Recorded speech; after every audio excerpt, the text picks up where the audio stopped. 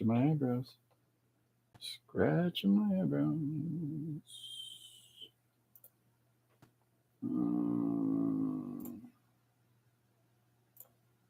There we go. Okay. All right. It'll kick it in just a sec. Just give it a second. It's coming. Okay. So I'm in the studio today with some guests. There we go. Look at that. It's on. Woo! All right. I'm in the studio today with some guests. We've set up what are we calling it, Corbin? Cat Cam. We're calling it Cat Cam. And yeah, so this is my helpers. You can see that I have to give a large portion of desk space to them because they've decided that this is where they sit. Lucy's not being very sociable right now, and apparently neither is this fella. That's how we work here. You know, studio chaos. Studio chaos. That's what it is. And yeah, they're doing a good job. They're doing a really good job. He's probably going to come over and hit me at some point. Now I can put up evidence. You know what I'm saying? So we'll keep an eye on these guys. All right, I'm early. And the reason I'm early is just to show you the ordeal. That's what I'm going to call it. All right, so here we go. There's today's page. This is the page I posted. This isn't a page.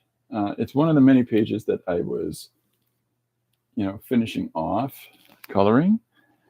But it's not the page that I was working on yesterday. That page, and I'll show you where I got to it because I got really busy yesterday, unfortunately. So this is that page. And so you can see the two panels that we got together yesterday. The second one finished there. Still not quite finished on that first one. And, yeah, so I've got a couple different projects that I'm trying to finish off. However, today I thought I'd talk about something different. Give me a second. I'm going to put some paper up here on the screen. You can see it now, but you get what I'm saying. I want to talk about idea generation. I had a really interesting email yesterday come in. And in said really interesting email, the question was, where can they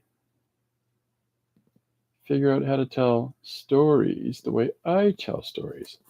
And my response at first was, I don't know. Because no matter what, they're not going to.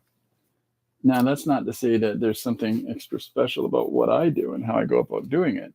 What I'm referring to is that it's more like everybody that writes stuff is going to write the stuff their own way. They're going to have engagements in their stories that, would only be framed in the way that they're framing them. You'll find similarities from one person to the next. Sure you will. But it doesn't change the fact that those two different things. What are you doing? Hey, not on the desk. You're starting to pick a fight over here. Here, oh, look at this. Look. Hey, everybody can see. Everybody can see you guys fighting. That's right. You better behave yourselves. Corey, don't hit her in the face with your child.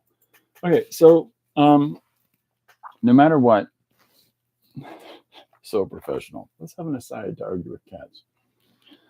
No matter what it is that somebody is going to approach story as, it's not going to be the same as the next person because they've got their own individual perspective, they got their own individual experiences, they've got their own individual everything. It doesn't mean fight over there. Hi, Linda. Hi, Tim. So I've got some paper up here in the thing.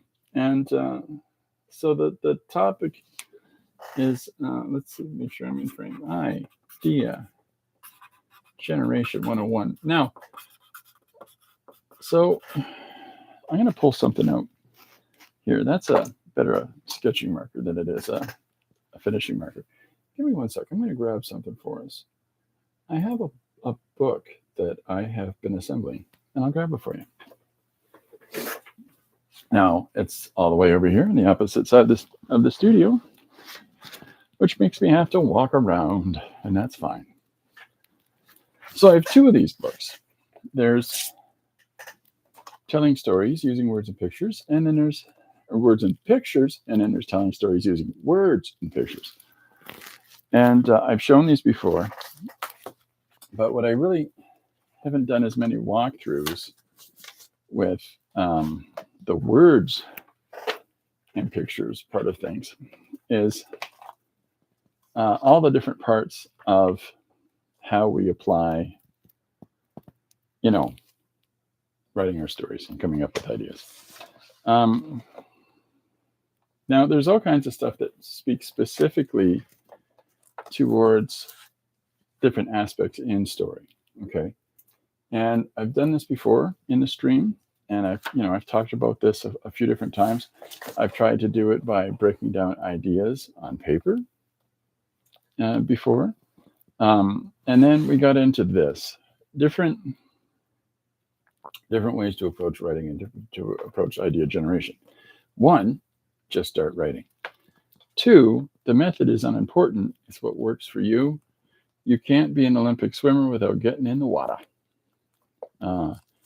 And 3, keep your writings, all of them. You may want to develop them more in the future. Don't be precious about them. Don't shy away from ideas. All of those things, I think, still hold true. And, so looking at that, right? Let's just to touch base on that. And I know this isn't the same as good drawing, monkey boy. We will in a minute. So 1 is just start writing.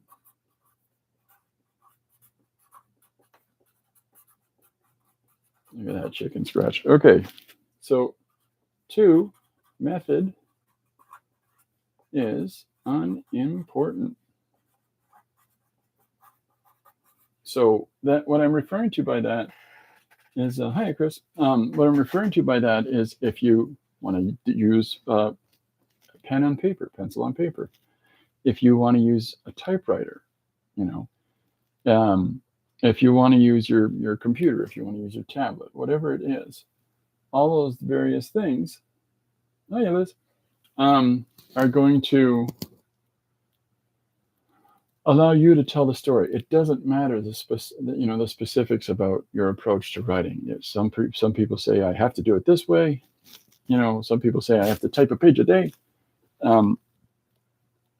Whatever. The method is unimportant, right? It's what works for you. But what is important is that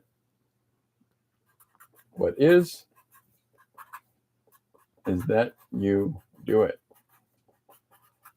So what I mean by that is, if you've got ideas that pop in your head, oh, I got a great idea. This idea is the best idea that has ever been known to mankind. And you do nothing with that, then it's not the greatest idea ever known to humanity.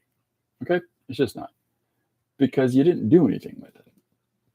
So you just got to get it down in some way. Carry a little notebook. There's, carry something to just jot notes in. There's little things like this that you can find at, dollar stores, and they fit inside. Well, they fit in my giant pockets. But working on a color wheel. There you go. Blending with finger is a thing. There you go.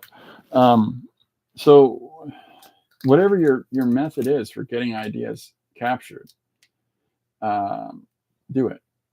I know one friend who he'll have an idea, like he'll see a windmill and go, I want to do a story about a windmill. And so he pulls his phone out, because he's a little younger than I am, let's be honest. He pulls his phone and just takes a picture of the windmill. To him, that's a note. That's great. I mean, as long as he does something with the windmill, a notion that he's had. So the method doesn't matter. Just get those ideas down, right? And then this is the no bad rule. right? Keep your ideas. Like keep them. Keep your writings, right? Whether it's, what I used to specifically just talk about writing, but images apply too. So, like in the case of this friend of mine taking a picture of a windmill, that's his method of writing. That's his method of putting down a story idea. Now, he's got to go home and sit down and actually flush that out somehow, whether it's in a finished idea or not. But that's his, that's his notes. So we're just going to call it notes instead.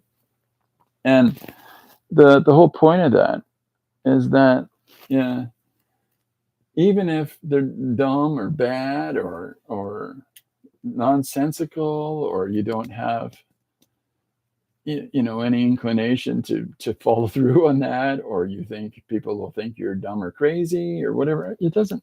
Just keep your ideas in your notes, because at some point in the future, who knows what you can do with those. You can refine those. You can turn that into the most impressive thing you've ever seen. It's just something that you can give a try. But you're never going to be able to do that because you've thrown away your notes and your ideas, and you've lost that. So, and then the fourth one is don't shy away. Okay. And what I mean by don't shy away is stay open to opportunities. So people misconstrue words sometimes. Opportunities doesn't talk about jobs. Opportunities is talking about how you doing, Robert? Opportunities isn't talking about jobs. Opportunities isn't talking about random notions that you have. I talked about, I think it was yesterday, I watched this fantastic Korean comedy, and it doesn't make any sense, but for whatever reason, in this small neighborhood where you get to more intimately know or more directly understand a lot of these characters, one lady is just always doing the hula hoop. She's just standing there outside of their shop, hula hooping. Which, okay, and you don't really necessarily think about it. Even when there's group shops, they're all looking at something together in a magazine. She still has her hula hoop in her hands. It's like, and then it comes to play later on in the story. But if that person threw that idea away, right? I mean, it's something that, what are you going to do with that, right? Like, how you doing, Freddie? So they lost their hula hoop idea, and it's such a nonsensical, incidental thing in the story until it more directly applies to the narrative in a later point. But if they lost that idea, if they lost that notion, it wouldn't have made an impact on someone as random as me.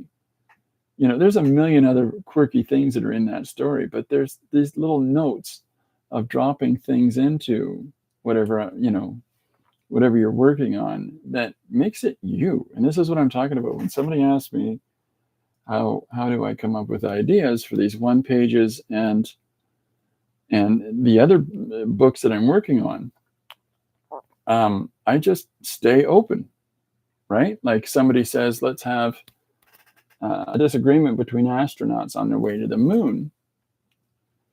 That's great. I'm totally down with that. I just decided that one of those astronauts is an emu. The animal. And so somebody asked me, the person that had suggested it said, why in the world is there an emu in this? And I thought, I don't know. I just, saw a picture of an emu, and I'm like, why don't I make one of these guys an emu?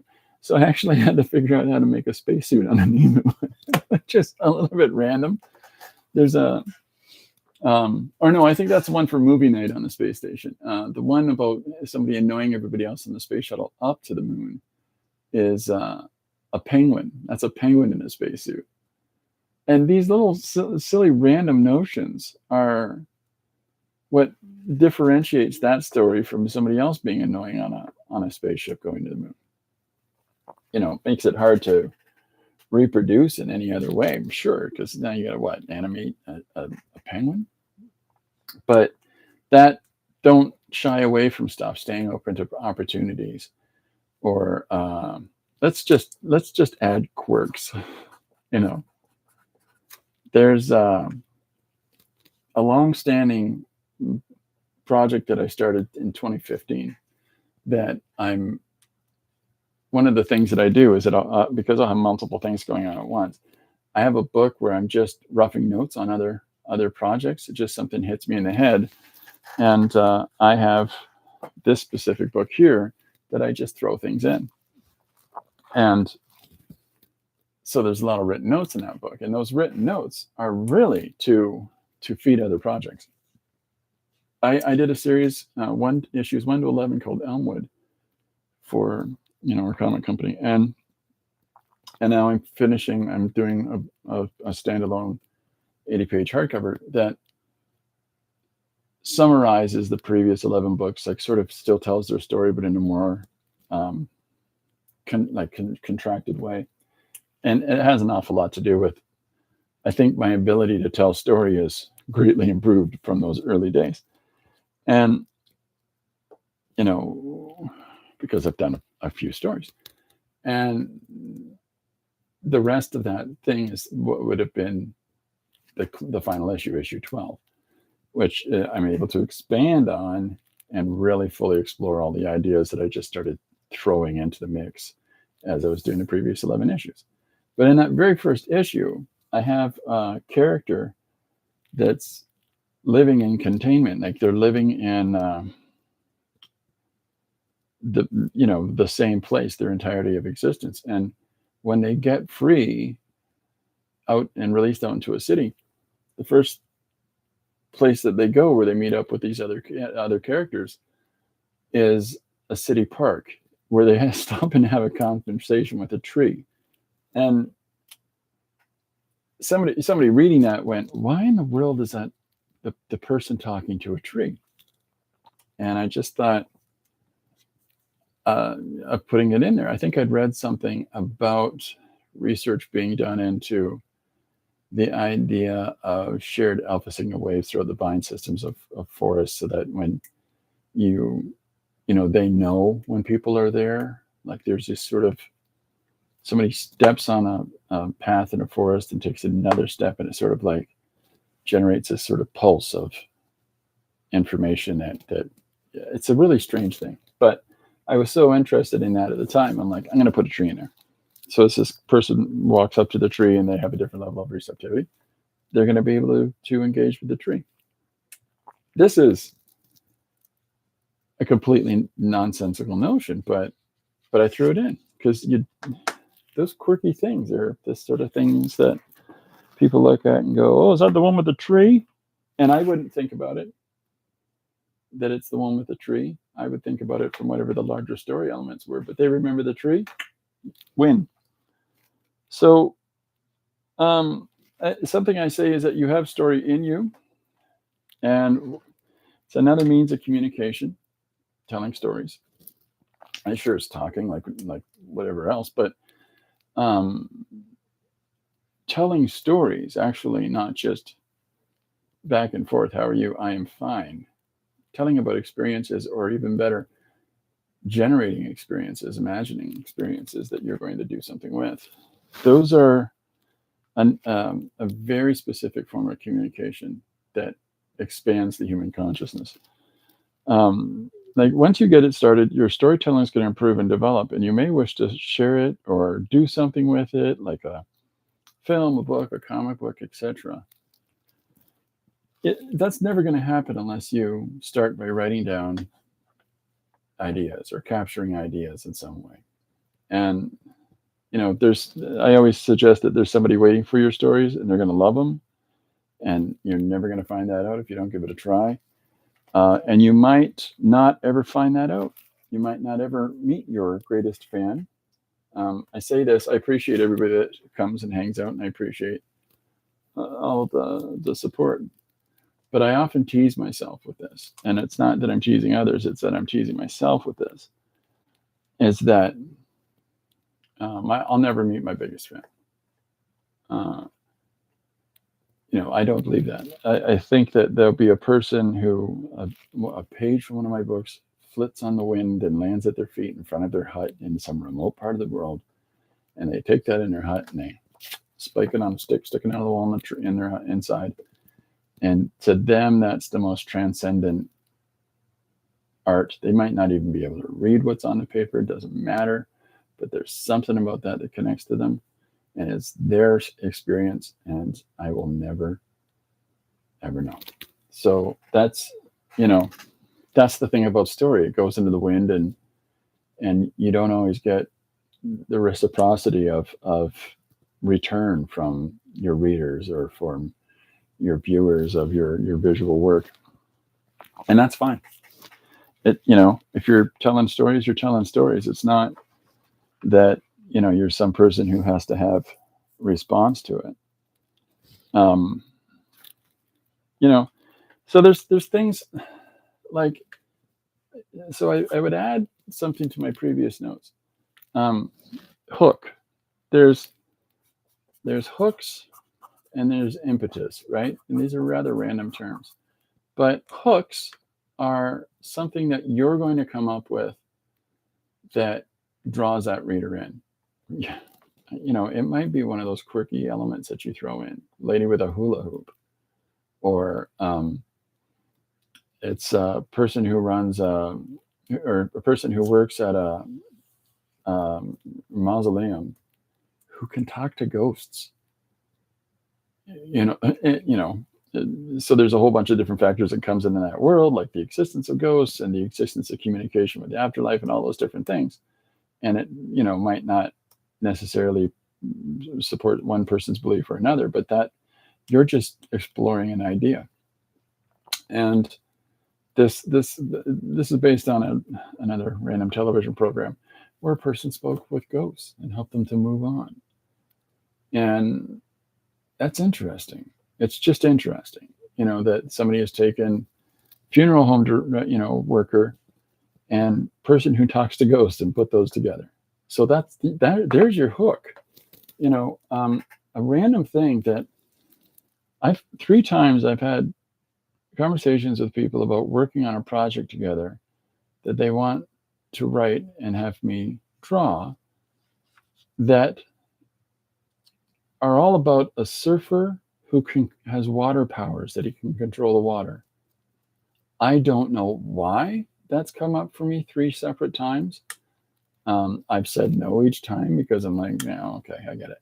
I don't know how long you can run with that, really. I think the best example of the liberty and freedom and danger of the surfing motif has always been the Silver Surfer character, but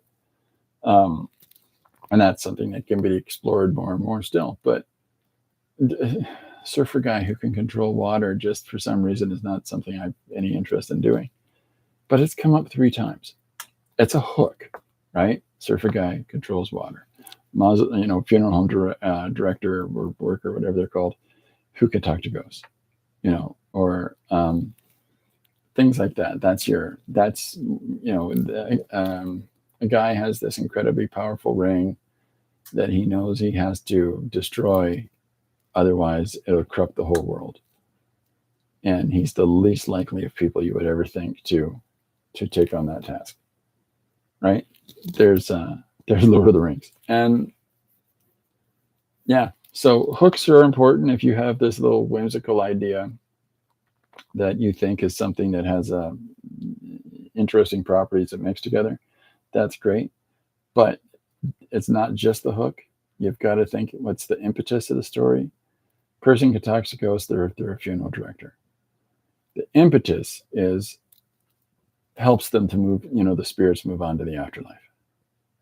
That's the thing that's going to motivate your story forward. So it can be episodic now. It can be complicated because over the course of your single narrative, there's a dozen ghosts that have all gathered up and the person can't fulfill the obligation of whatever it is that each of them need to move on, and more just keep showing up, like whatever that is, right? It's not a bad idea, to be honest. the water surfer thing. It's a lot to explore there. Yeah, no, I appreciate that. It's just I don't want to do it. I can't. It's a kind of idea that if I was going to get engaged in, I would have to really, really pull it apart and try to figure out there's got to be something more to this than that. It's always just server guy, water powers. And I'm like, oh, because there's your hook, but there's no impetus. There's no drive in that story. It's just a server guy controlled water powers. It's not even given anything like, and he's trying to win the big surfing competition, which would be an impetus. It's not even that. So yeah, no, I'm not. That's a story that would be compelling with a motivating drive, and I'm not interested in developing one. So that's why I keep saying, and I just can't understand why that keeps coming up. Um, what a carpenter that can split nails. That can spit nails. That's great. I'm gonna write it down. You want me to do that as a one page? That can spit nails. I'm sure that that's been done. I'm sure I've seen that in something. And I'm trying to think of what it is. It's not the Adventures of Baron Munchausen, but there's a Gaston is a character in that. I think his name is similar to like Gust, or no, it's Gustavus. It's Gustavus, and Gustavus is this ability of incredible lung capacity that can blow very far, and he's also a sniper, which is a strange, an interesting combination. But Gustavus, I'm not sure if in Baron Munchausen he spits nails at something or spits something at it. Anyways, it's fun to explore, but it's what's the impetus part still comes out, and so that's what you have to generate next. So you can come up with your hooks, you can come up with your random ideas, but what is next? What are you going to do with that?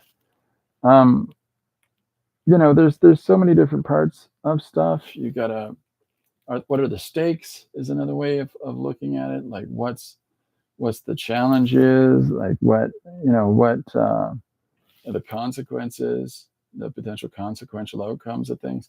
There's a whole bunch of different facets of story, but rather than getting into the development of story part of it, it's still just about idea generation. And it might be interesting for people to sit down and grab a hold of whatever your implement is for getting a hold of your ideas, your notes, and just write down the first 5 random things that you think of, and whatever helps to motivate generation of ideas that you utilize. Like I like to collage magazine images, and just take 5 and write them down, and then try to figure out how do these combine and what do you do with them next. That might be something that helps people. Flip open a book, and pick out 5 separate words. Just open a book, finger on page, write that word down, do it again, do it again, do it again, do it again. Now you got 5 words. And what does that give you? Is there a sentence out of that, or it's just a bunch of unrelated objects or people or terms?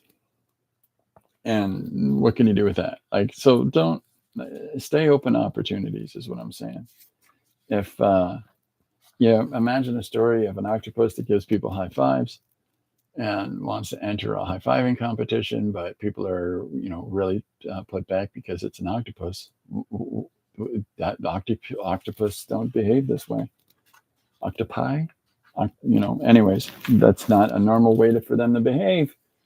And but what's the consequences of this thing? Is it and you can start to explore different person in a new environment, or a different person trying to engage in a closed system, right? Like it's more than just octopus in a high five competition. And the best stories are usually that.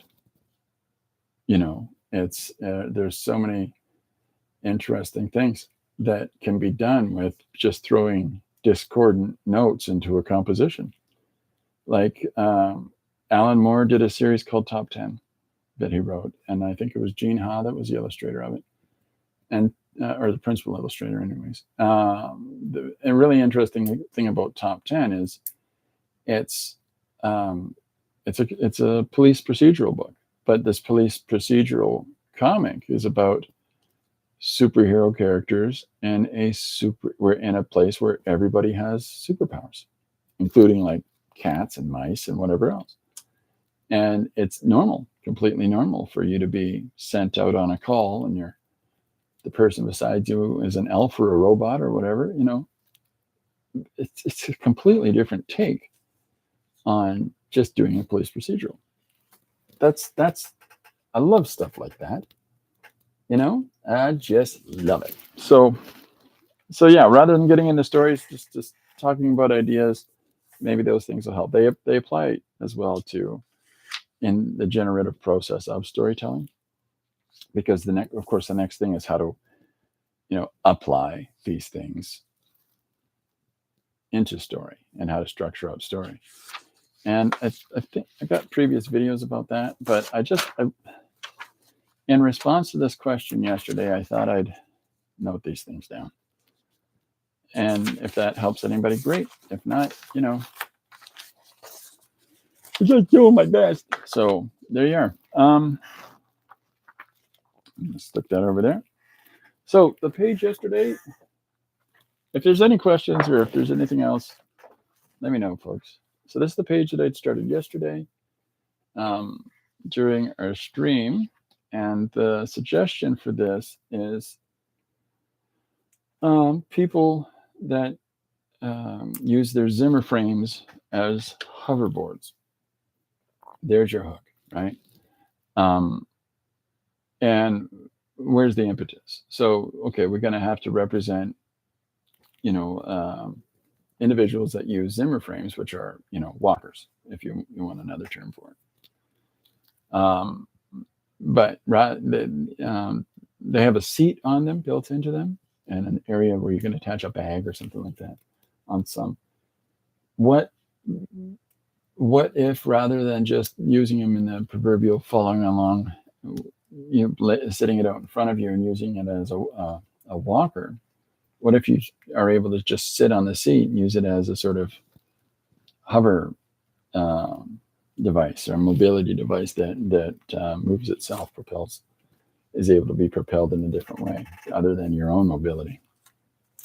It's a great idea. It's a really fun idea. There's your hook. That's all still hook though, right? So the impetus idea that I was thinking about when putting together what we've got so far really was, if I establish this character who uses the Zimmer frame first, and then I take some time to focus some images on, you know, there's the profile of our character, there's identifying that, and then we've got their hands, you know, and then we can do another aspect of their physicality over here on the next frame, which is the fact that their legs aren't, you know, working as well as they could, and so that sort of contextualizes that. But what these images are doing is allowing us to have lots of dialogue, lots of talkie in here, and it gives us space for telling your story. Don't ever be afraid to cover up your pictures. They're supposed to be purposeful. They're supposed to service the story. And if you're worried about all your fancy details in the art, more so than you're worried about telling the story, you're doing it wrong. So I appreciate that you're going to cover up your own imagery. So the next panel with the legs, but what we can do is now do what's the impetus or what's the motivator for the story. And that is, this person is talking about how when they were young, they used to ride their bicycle and they loved riding their bicycle. And as they've gone through their experiences and gone through life and come to this point in their lives, nowadays, what really helps them get along is this Zimmer frame, you know. And it's not the same at all, but it's kind of close. But by going through, we've got their look, and it's like they're in a reminiscent sort of pose. And then we go through these things that are helping to identify, there's some aging in their hands. There's, some weakness in their legs. We do a little flashback to when they were a young lady riding their bicycle. And then we can go into another shot of focusing on their face where they're speaking directly to the reader and saying, I know it's not the same. But in the final panel, we can then draw, her zipping off through, a bunch of other people zipping around on Zimmer frames as well. And so that liberation that the person is reminiscing about is something that they find in a different way, but it's still not quite the same, hence the reminiscence. So that's what I'm referring to when I'm talking about impetus, or something that motivates our story along. In this case, it's a person flashing back on something that made them happy. So that's the gist of how I try to apply some of these ideas. And I don't, at this point in time, sit down and go, what about this and this? And I don't overly think about it. The amount of one pages that I've done at this point, it's just I start and grab a hold of the first thing that pops into my head, and that's what we're doing. And while that sounds a little random and unfiltered, there is filtering in that process about how my head works and how my beliefs work in those things. But what is not getting in the way is overworking the story idea, overworking the thing. And so because of, I think since 2023, this is 1,300 one-page stories now. And so at this point in time, it's just like an automatic switch for me. And that's what happens as we do anything over time. It becomes a subconscious act, right? Like it's not when you're brushing your teeth, you're not thinking, remember, left, right, left, right, left, right, up, down, up, down, up, down. Maybe you are. Maybe you count 32 strokes each time. I don't know. But generally, you should need to be doing that. So with anything else, you learn chords on a guitar. You don't have to relearn your chords every time you pick it up after a while. You spend so many times playing a C chord and you've kind of got the gist of a C chord. Then how do you apply it? So okay, so we've got these first two images coming together. I think what I want to do before I go any farther is sit down and figure out a background on our character here, right? So I just want to get that in there. So what I've used for this so far is I draw the whole thing out with this color erase black pencil crayon. I fill in all the whites. I killed the last white pencil crayon that I had, used it right down to the nib. And so we got his crazy cousin out now. And then for these highlights of the darker black areas, I'm coming in with a black pencil crayon. So that's the three tools that I'm utilizing to do this. So what that allows me to do is to structure out in very simple terms using these really two values. But what the third value, of course, is the brown part coming through. So that's makes things a little more sophisticated than maybe the initial approach. How you doing, Seven? So as I'm drawing this, you can take one source image, and I have a little thumbnail of a lady sitting in a chair, and I'm kind of making up all the wrinkles and things as I go. But you can take one source image and chop it apart. And by chopping it apart, and I'll show you what I'm referring to. This is where I keep my source images beside me. And this one There's one right there is what I'm utilizing for this. And I get the idea of the room of this character that they're sitting in. And it has a bright light, bright curtains and darker curtains. And I think those are curtains, or maybe this is a window pane. It doesn't matter. That's the whole point of a resource image isn't for you to actually just sit down and specifically draw that. The whole point of a resource image or a reference image is it gives you the structure of a thing, the idea of a thing.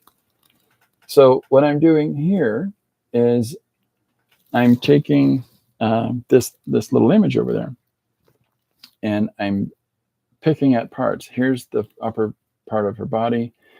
Here's hands crossed on, I don't know, I think it's a cane, but that doesn't matter because I'm making it be a Zimmer frame. And I remember what a Zimmer frame is from personal experience. And yet at the same time, because of the idea itself, I get to make a leap of the imagination. Is this in frame? If anybody can let me know, please. I think it is. But I can make the leap of imagination to say that this is not necessarily a traditional Zimmer frame, but it is something that,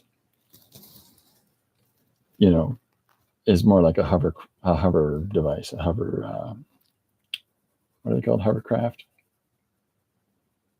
Anyway, something that lets you zip around and above the ground. Hydrofoil? That's not it. That's on water. Well, you get the idea. So I'm just putting in a couple of loose, quick, dirty details here of the window in behind our character with some plants maybe in the window. And then that is going to let me then go on to the next image. Now, the resource images that I've looked up, that one does not have legs. So maybe a couple over, I can make out someone else's legs. But we've drawn legs before. We got an idea of how legs work and legs don't work. I'm having a hard time putting this on its stand. So we're just gonna, make it up as we go along and try to pick and glean whatever we can out of that source image. I know that some people really stand by using images to draw from. And I know that some people really don't stand by that and would sooner that people came up with things entirely generated out of their imagination. My idea has always been work with what works for you. I'm kind of in the middle to some extent that here's these source images over here that are these tiny little thumbnails. There's a supplied idea, but at the same time, I have to kind of figure out what these rough, loose, little tiny visual representations are and use those to serve as my own composition. I have to think up the differences and I have to fill in all the blanks, like, is this a curtain? Is this a window frame between two windows? Or is this a curtain that doesn't have the direct sunlight behind it? I'm going to make the choice that it's a curtain that doesn't have the direct sunlight behind it. And once I get this idea down, just checking stuff here. Once I get this idea down, I'm going to go on to do the next part of our composition. And so we'll just do that together. So I'm just going to put in some so I've done this rough outline of what could potentially be a plant in the window.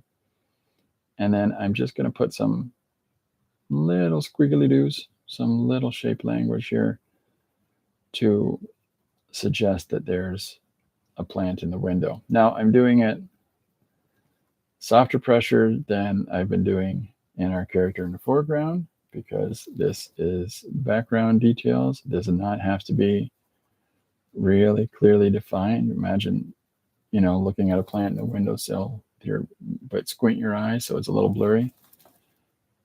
But at the same time, you still know that's a plant in your windowsill. Hopefully you do, because it's your windowsill and you should know what you put there. But where somebody put there, blah, blah, blah, so, and then I can come in here and start to suggest the bending of light around the curtains. And I can come back to this and refine it a little bit more. But that might well be boring. So let's go on and put together the next panel, which is the legs. And so just give me a second. I just got to move the paper. Move it over. Okay. So I'm just going to slide this over. Is that should be in frame?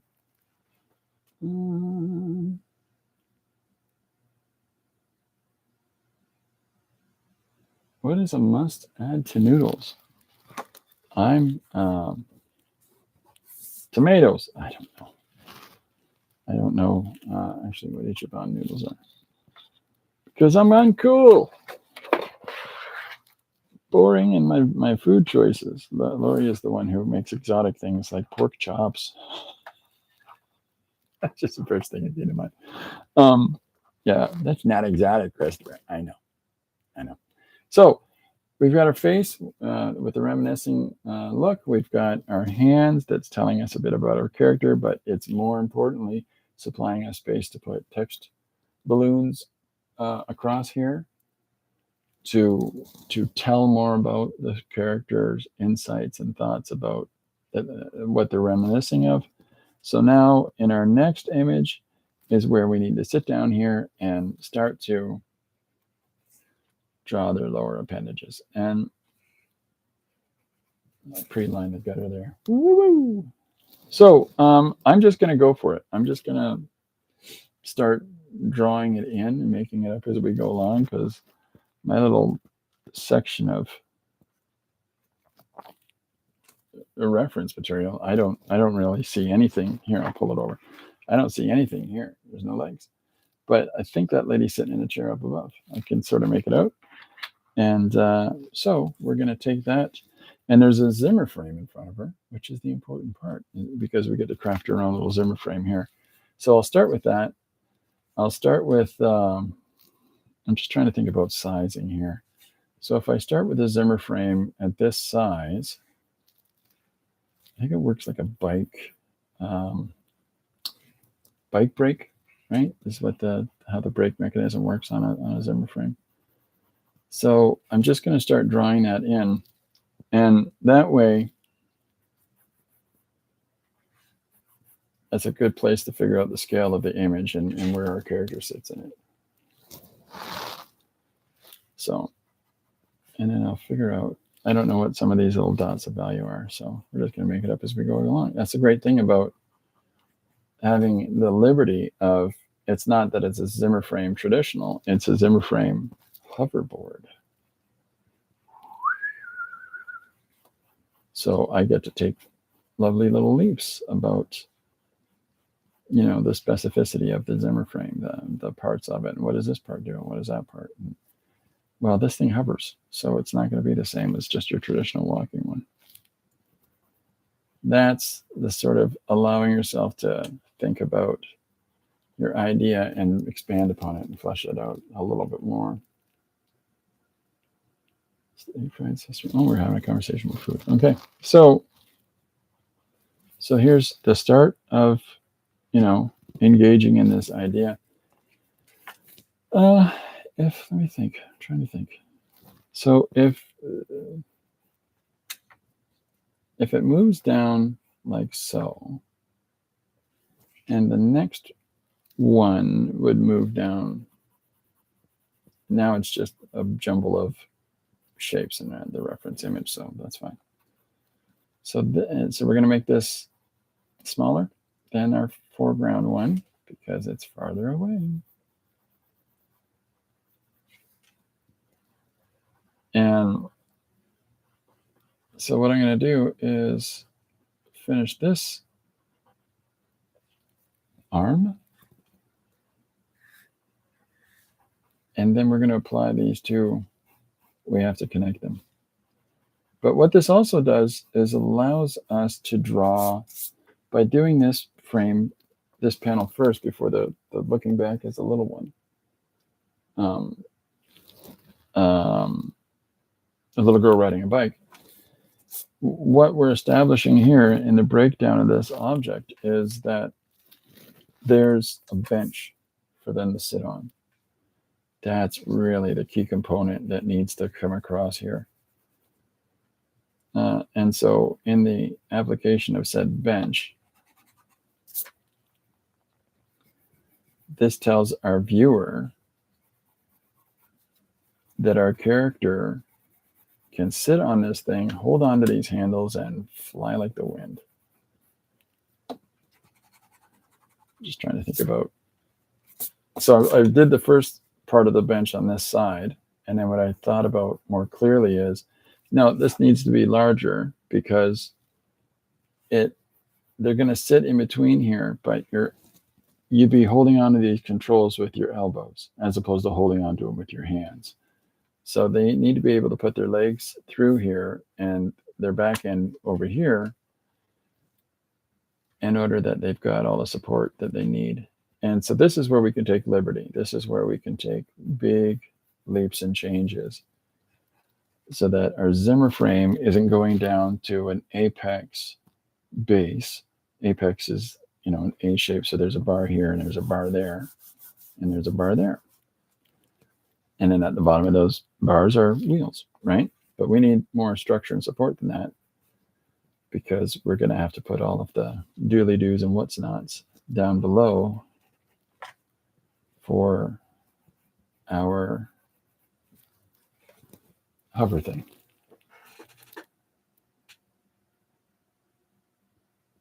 Christopher, what did you do? Do you have a middle name? Yes. What did I do? I done a bunch of things over the years. Production manager at a photo studio, billing officer at a medical laboratory. I worked as a cooler at some evening establishments, which is not enjoyable whatsoever. And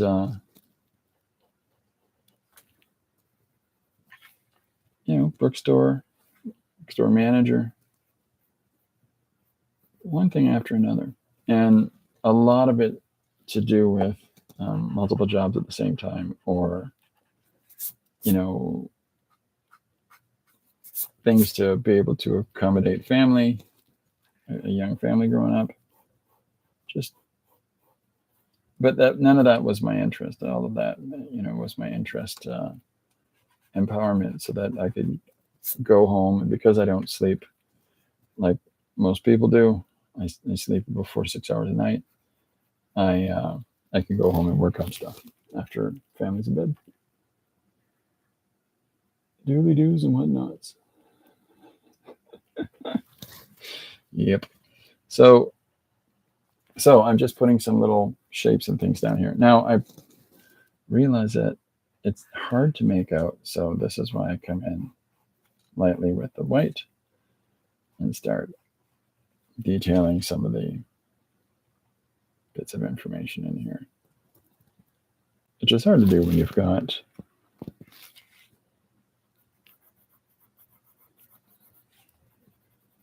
no clearly defined background as yet. So I'll just put that in like that just to give an idea. I've always, written in illustrated stories. I've always shown in galleries since the late 1980s, and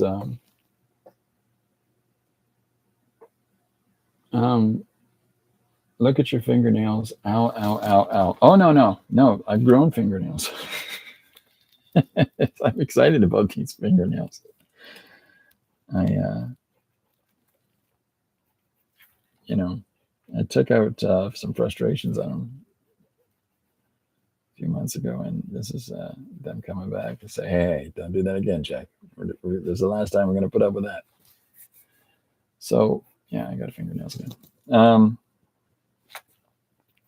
So I'm just drawing in these little bits and bobs, doodly doos and whatnot. Oh, I just said it again. Ouch. So these are the things, and then this is our bench. So what I'm going to do is I'm going to put some soft shapes to the bench just to change the perspective on it a little bit. Just to change the shapes so that it makes you realize that this part is soft and this part is hard. Soft, hard. So there's a rough breakdown of our hover thing.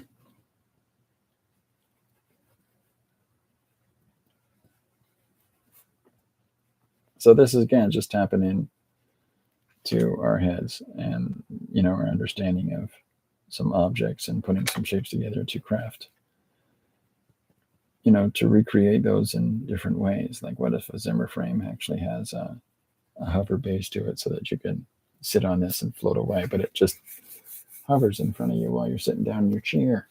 Okay, so but the real important part of this is not just the hover part, but we need to have our characters sitting. So right off the hop, I tend to draw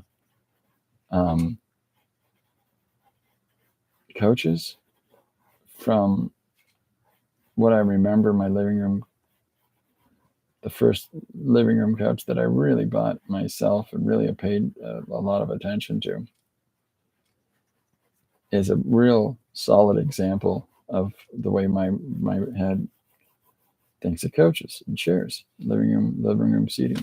So I tend to draw that sort of a style of comfort chairs, something like a lazy boy. So our character that we've already got here. Now I could draw her with her hands on the handles, right? But I think rather than that, I'm going to draw her sitting back from the handles, because what I want us to focus on is her legs. And I'm trying to think here where to apply them.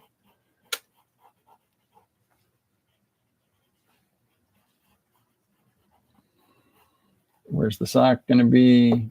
Is she wearing a dress? Is she wearing pants? Those are the things that we decide while we're doing this. So one way I can try to, when a person sits in a chair and they got their legs straight up, feet planted on the floor, your body's in that 90 degree from foot, leg, knee, and then your upper leg, and then again another 90 as you go up your back. I'm going to have her legs both facing the same direction, but neither one in a straight, rigid kind of a way, maybe to imply that in this character's instance here, her legs aren't very strong. So that while this leg is somewhat upright, the next one is turned in upon it. So structure of the knee. Oh, let's turn that. See, I like drawing with pencil crayons, but color erase pencil crayons is the greatest thing on earth, because it lets me continue to draw on pencil crayons. But if I make a boo-boo, I can fix it. So I'm putting the structure in to help understand. But, you see, I prefer drawing this way. But I'm doing this so that people can see the decisions that are going on inside my noggin while I'm drawing. The cushion would droop down with the weight compressing it. Kneecap, capped, but we're going to put billfolds in the pant leg there.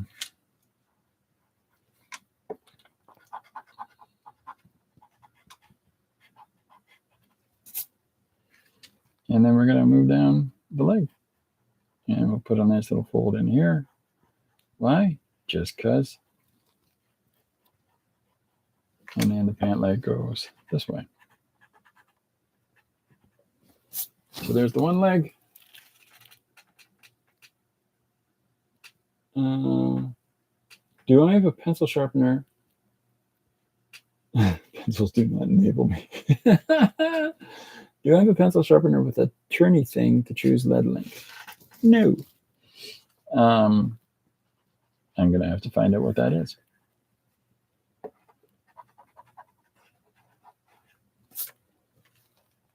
Because the turny thing, what? What is this magic? Tell me of the customs of your people. So here is her next slacked leg. Why is it slacked? Because she's wearing slacks.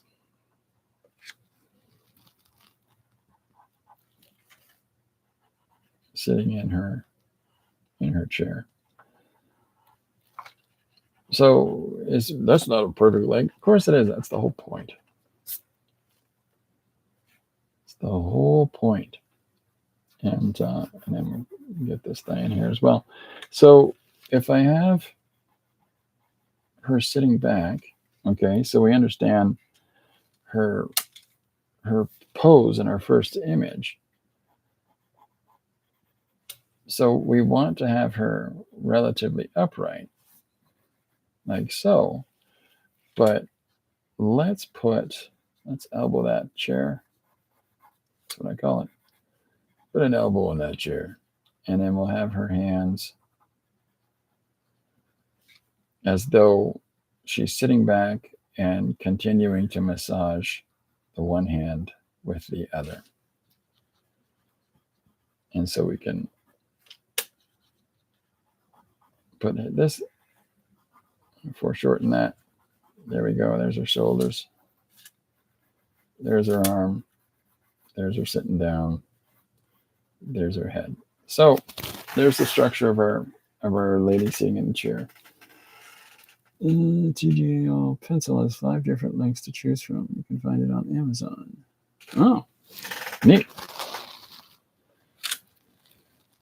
So I'm just going to start drawing in the arms rather than continuing to monkey around with form. But you get it, right? Nope. There we go. Yeah, there. Let's go. So I'm thinking about the decisions we made earlier and going to try to emulate those little shapes in her hands here. I'm actually going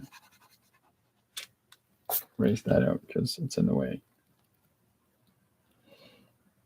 So here's her fingers massaging her other hand.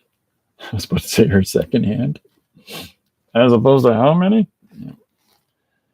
And then we're going to put her fingers coming down. So the idea of showing the hands first is to show that, is to emphasize the character's age.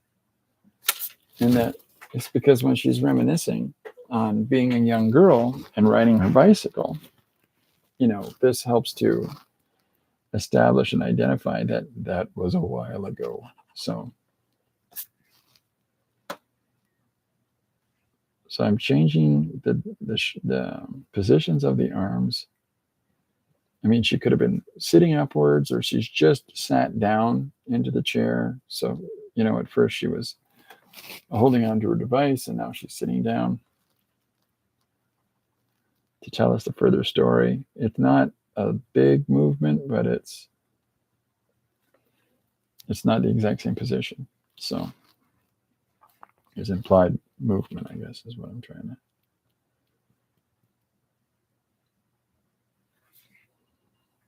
So I haven't drawn in the other side of the couch. just because I want to figure out her details first. So let me come in and add some more of these little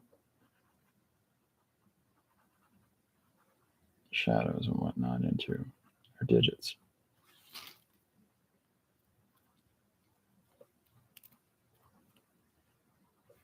Here's this hand.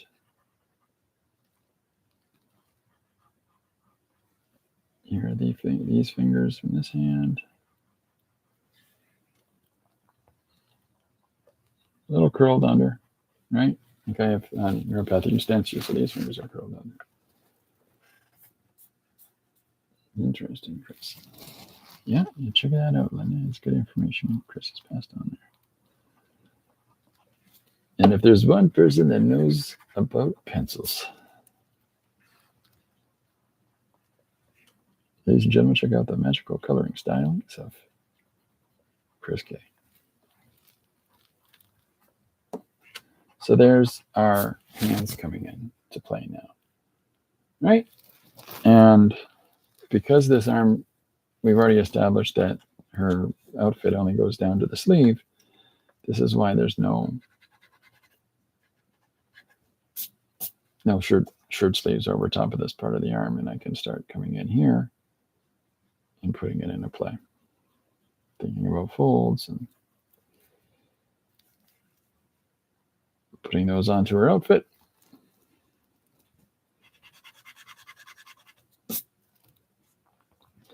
And then I'm going to come through here before I go too far on that and give her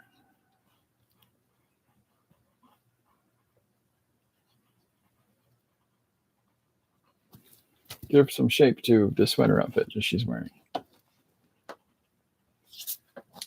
And how it sits over her midsection here. And then we've got to put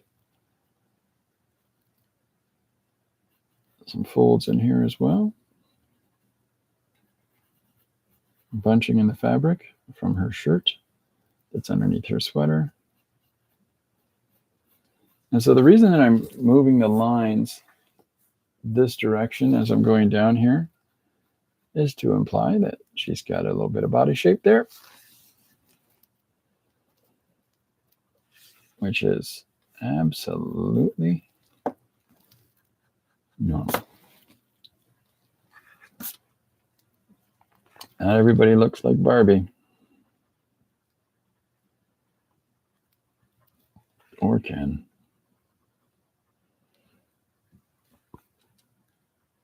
I looked at a comic recently, and somebody had drawn a character that it was existing in the immediate story 20 years ahead of time, and they just put wrinkles on it. Same physique, same the whole deal, just some wrinkles. And I'm like, come on.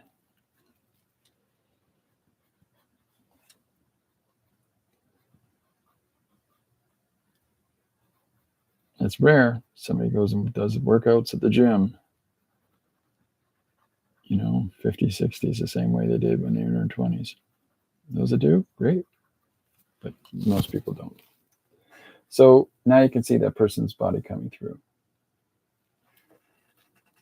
So you're working out body shapes to suggest function. Well, I'm thinking about her anatomy. So if I've got her arm that's resting on this side of this chair, right?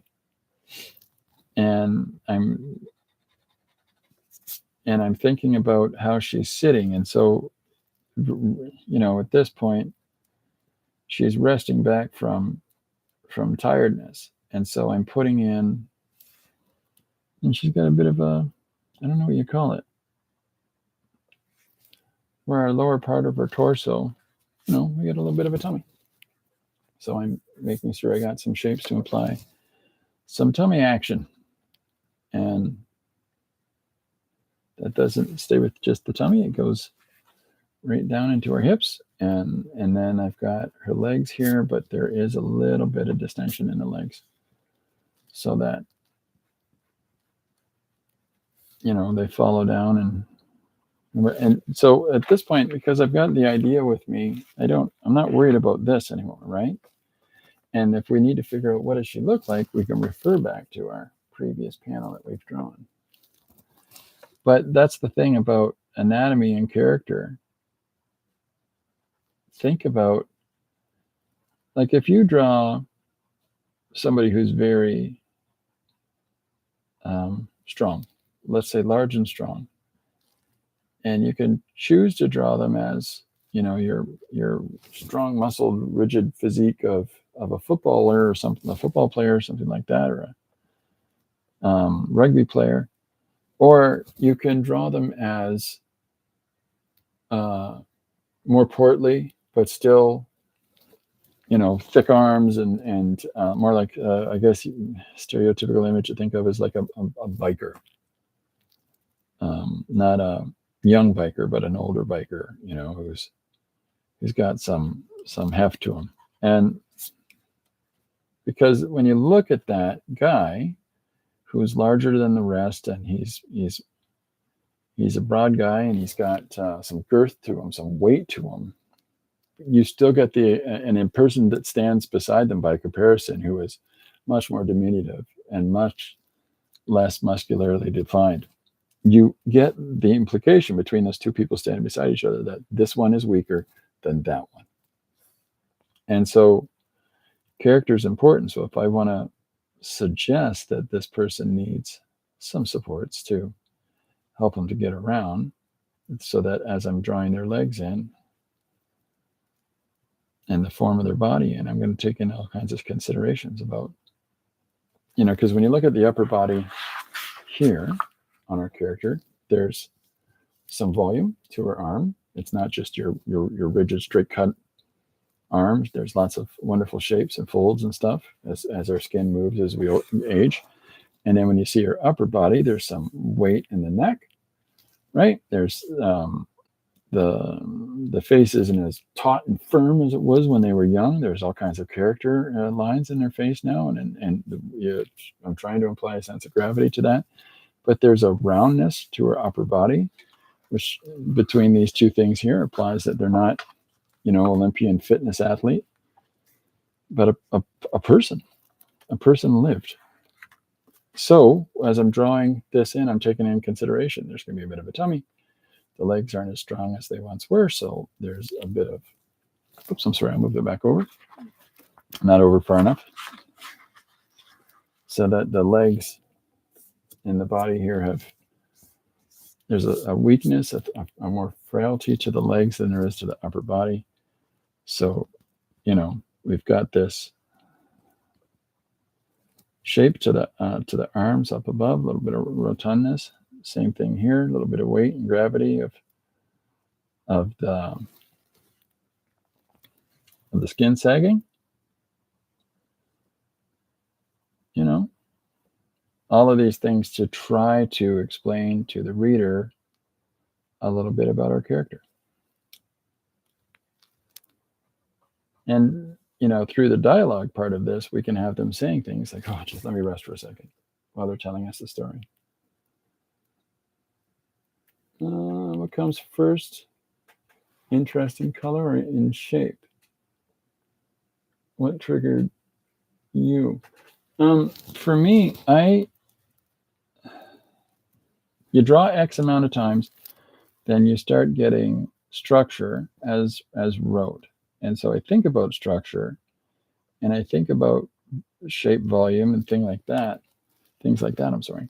But when I'm drawing, I'm thinking, I go right into form in my head, which is why you'll see me drawing folds as I move along, is because I've gone right into form mode at this point, and I'm starting to define the volume of the thing, and then how some measure of understanding fabric. I wouldn't say, I know all about how to draw fabric.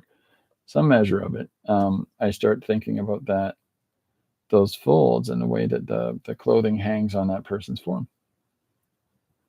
So that's where it comes through for me. So it's like a strange sort of combination of of one interlinked with the next. So these lines over the shoulder are going this way in order to imply this roundness. These are going this way to imply this roundness because she has, she's the shape of a woman. She's got some body that isn't the same as a boy's body. So we want to make sure that we've got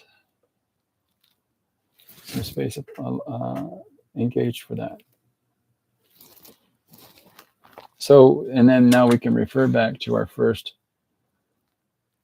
panel where we have clear understanding about the V-neck line on her shirt beneath her sweater, and it tells us, so my big round squiggly shape for a head, we're now informed about the volume in her neck, all these little sort of things. Just refer back to your previous image. Hold some measure of consistency for the design of that character and the structure of that character coming through from one image to the next. And again, you're going to draw the same person twice? Well, yep, but because we're telling a story with them through multiple images. Well, how do you draw the same thing twice? Practice. Just takes time.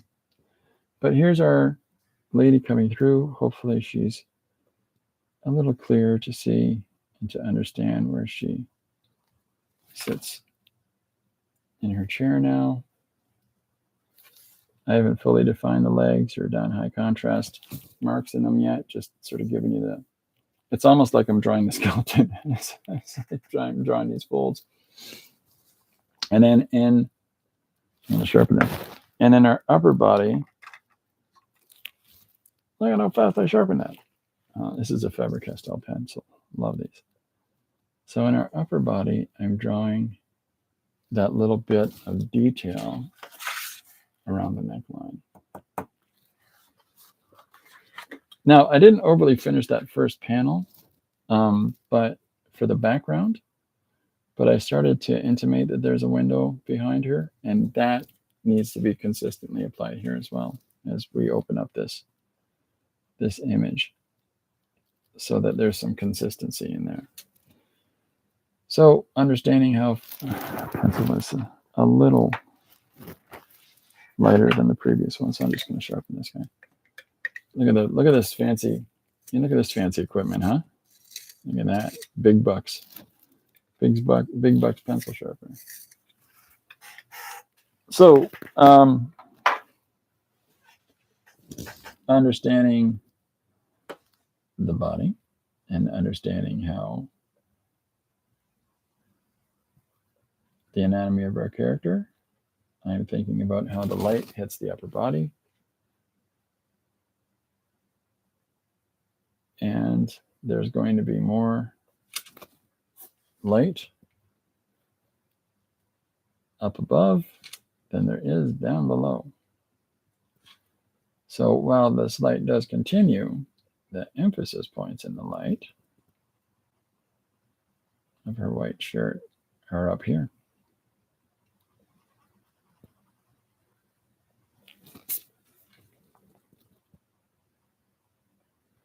And then that carries down below, softer way. But we've implied her form.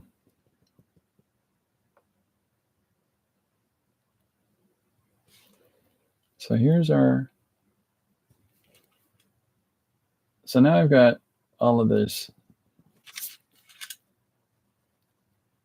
understanding of the forms of our character. So now I'm going to come in pressing harder with the pencil, and that darker application of value is going to make a more solid white in areas, which helps to emulate, more clear, distinct light on the surface, drawing with pencil crayon.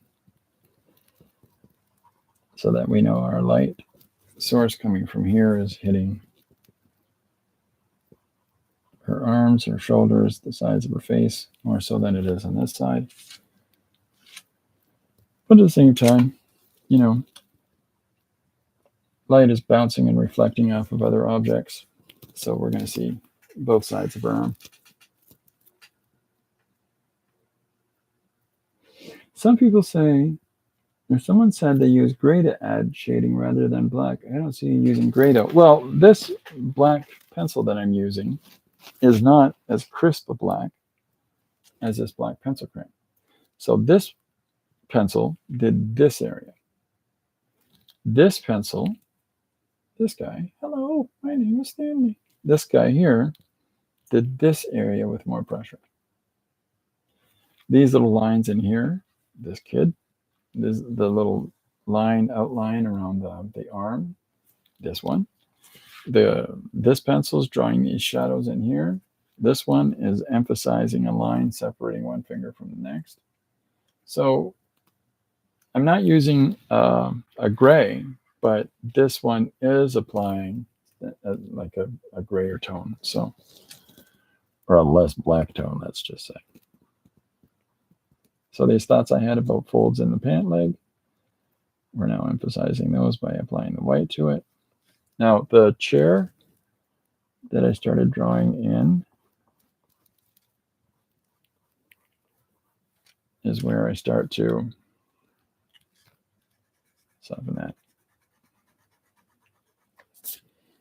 I'm starting to put the area that's getting more direct light to it, just to kick that up a notch. Bam! Kick that up a notch.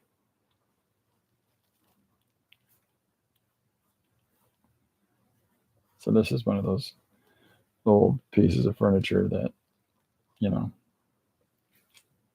has the fabric covering the arm, back, sides, etc. But there's these little embellishments in the front with a wood panel that sits through here, which is actually part of the frame. Just a little enhancement, a little embossment. So that's starting to figure out the couch or the chair shape. So you didn't notice that. Well, I mean, there's things that, you know, are clearly evident and things that are not in any application, right? So this is me drawing the other arm on the chair, following the same shape as the previous side. And same wooden bit of business. So that this chair has, just to make it a little more clear,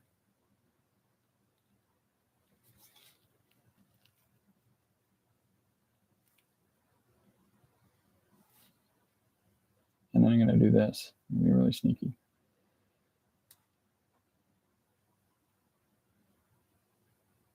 I'm leaving some space just below the arm and softening the white as I move down around this part of the chair and leaving this space out here to imply shadow from the elbow. Right? So, right. Just, you know.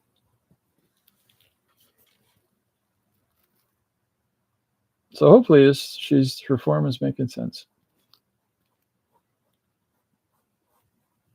This is a great idea. The idea came from Linda, and it's a fun one. I really enjoy it. And thank you, Linda, for suggesting this.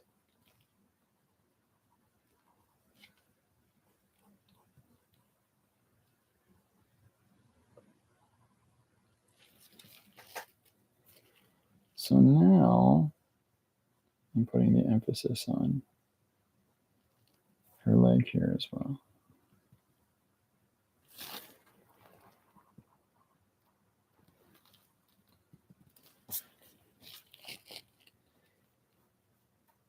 And so I'm going to do with this like something a little bit different, where her knee peeks out.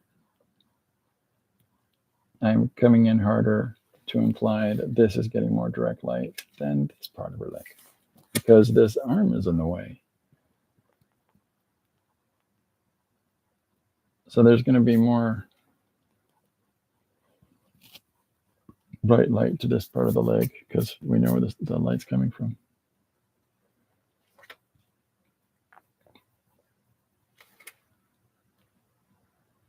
And so, hopefully this makes sense. I resist getting huge kits of colored pencils, but I really do like how it looks compared to acrylic paints. Oh, that's nice. You don't really need to buy huge kits of colored pencils. Go to the dollar store and buy a 12-pack and play.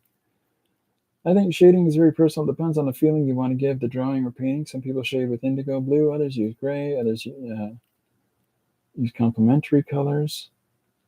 Linda says, thanks for drawing my designing my idea. You need to tape out the colored pencil in order to have acrylic and colored pencils on the same page, I suppose. Silhouette image and pencil and acrylic overall. Some acrylic pencils can go over, or some pencil crayons can go over acrylic. Depends on how you apply the acrylic.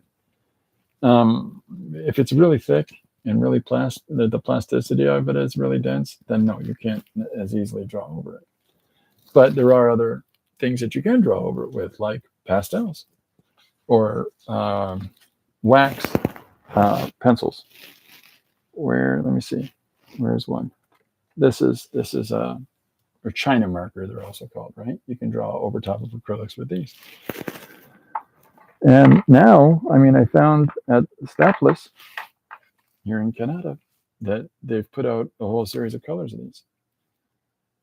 And that's dangerous, very dangerous. There's a black one, right? I don't know how long those will last, but handy dandy. So, yeah. Just experiment with something. Don't go spend $1 million on whatnot. See if it's going to work for you or not. Thinking about the highest points on these round areas for the seat. No comfort for our characters character to sit upon.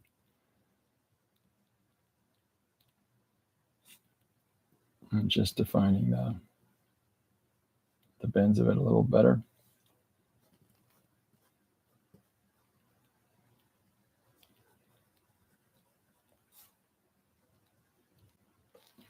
So there's our person coming through.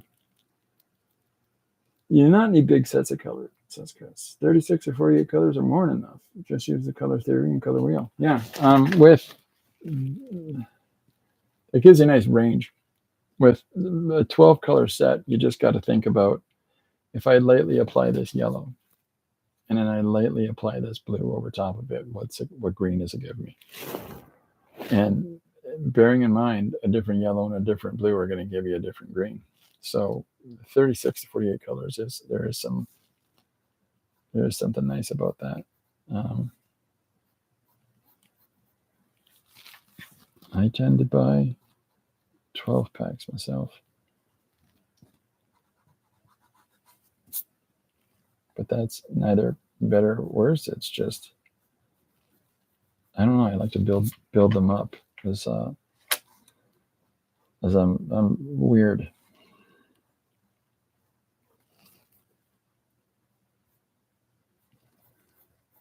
I had a teacher when I was in high school named Brian Fry, brilliant artist. He would do abstracts in watercolor, and I remember him telling me at one point, and in this little 3x4 abstract watercolor he had 48 glazes of color. Very light washes. And how that would change the tones of all the different parts of it. That's you're making some choices on your time there. Working on my color wheel, laying colors one over another, make cold and warm. There you go.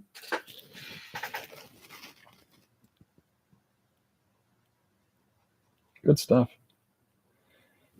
If you've got the opportunity to do so, I'm going to grab something. At a art supply store or a paint store or a, you can find these. This is a this is a Daler Rowney.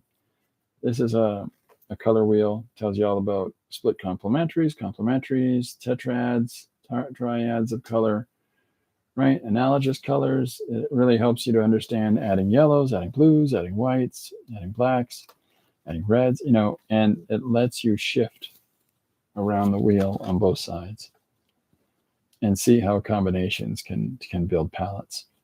There's a warm palette, there's a cold palette, right? And then, like look at this, look at the blue violets here. These are great shadow colors for some of these light colors up here. Anyhow, something to look for.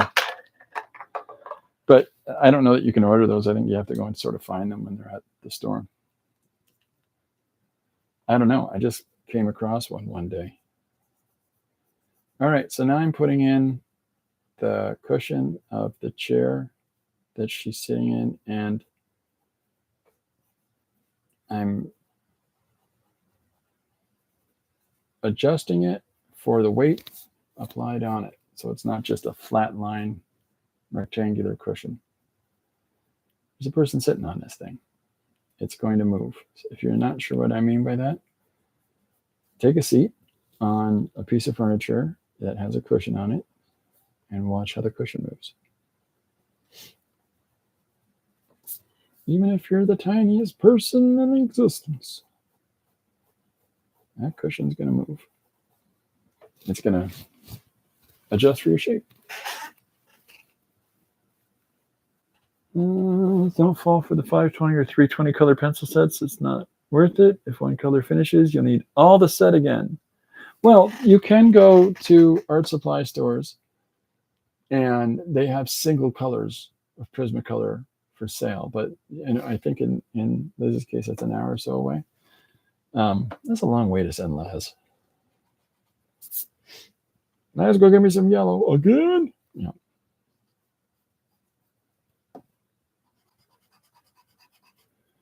Why don't you try using the green? So here's our lady sitting in her chair, and then we're going to put some little folds down here at the bottom, little skirting.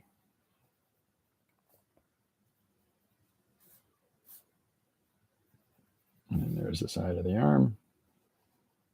I do this thing where I tag up above, and I know where the line comes out at the bottom. Some skirting there. And then, I mean, if you want to get really involved, you can try to put a pattern on the furniture. I mean, I might just do that, overlay that with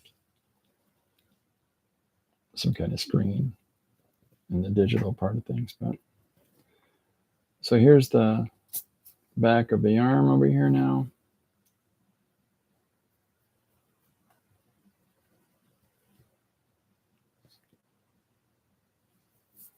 But there's our character coming through. Time we got? I got to keep track on time because I got, oh my goodness, I'm almost out of it. Fix the color wheel. You need to do it to learn, so I'll fix the color wheel from there and possibly label my other parts and markers for whether they're warm or cool. That's a good idea. It's a great idea. Another $1.50. Sooner spend $1.50 on the pencil that you know you need as opposed to whatever it costs for 320 colors. Because boy, oh boy, oh boy, oh boy. So I'm putting a little roundness to the back of this the chair here instead of a straight across line because I'm trying to imply softness. Comfy seat, you know what I mean? Comfy seat after all this, traveling around on your zippity zing zang doop dap diddle doop. So because I've left enough space for our person to, include their head, I can have, instead of having to draw that extra panel of them facing the screen, I can have them turn and look at the viewer in this panel, right? And say that, when I was a girl, we used to go travel around on something that had wheels. I mean, I could be quirky and have, a nurse be a robot or whatever other things. There's all kinds of choices that we have here at this point. But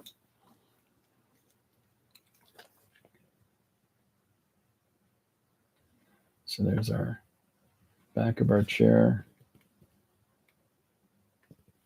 And then here's our side of our chair.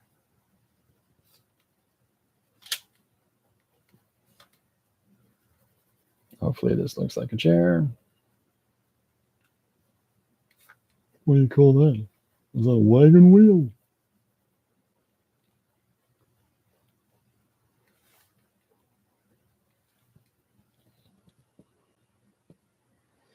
So there's a drawing that Lori has on her side of the office.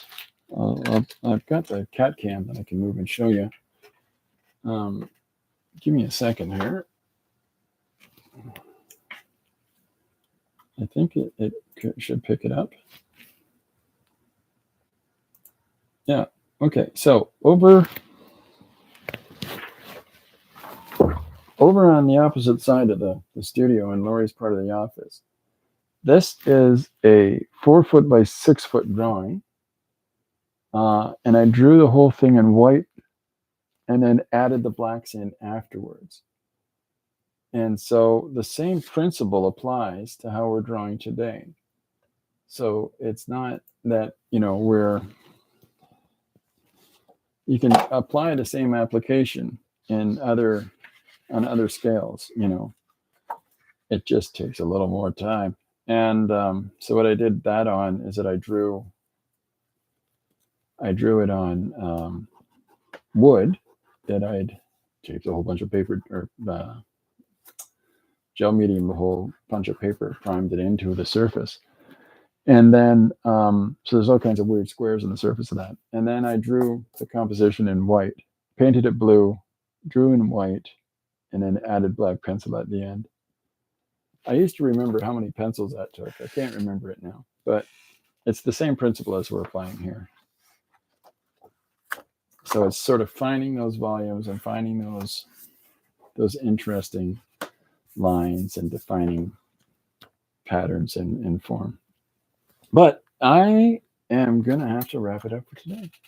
So I'll get this done tonight. I promise you. I had an appointment last night. So I'll get this done for tonight and have this posted for tomorrow. And the suggestion is Zimmer frames as hoverboards. And that comes from Linda. So thank you very much, Linda. So thanks everybody for coming and hanging out. I hope you had a great day. It's Friday, so we got a wonderful weekend ahead of us. I am going to be posting a new slideshow tomorrow. So this is kind of what I've got set up. Well, it's time to retire. Nice. So I love the patience, my goofy questions. Not goofy at all. Then we had the Canadian humor. There you go, eh? Yeah, no, not goofy questions at all. Everybody learns from questions, right? And if we don't have the opportunity to ask them, how are you, that just eliminates that part of the process for you to pick up on things. And it's nice to be able to short step somebody's process by being able to go, put the blue down, it's, yeah, I don't mind anybody's questions at all. So yeah, so I'm going to post another slideshow this weekend, at least one. I've got 15 made. So, and I have got an appointment now, and then I'm going to work on finishing up and getting one-page extravaganza put on Amazon. So thanks everybody for coming and hanging out. I appreciate it very much. Thank you for my moderators and moderators with the mostest. And I hope that everybody has a great day, great weekend. I'll be back Monday, 12 noon EST. Bye for now.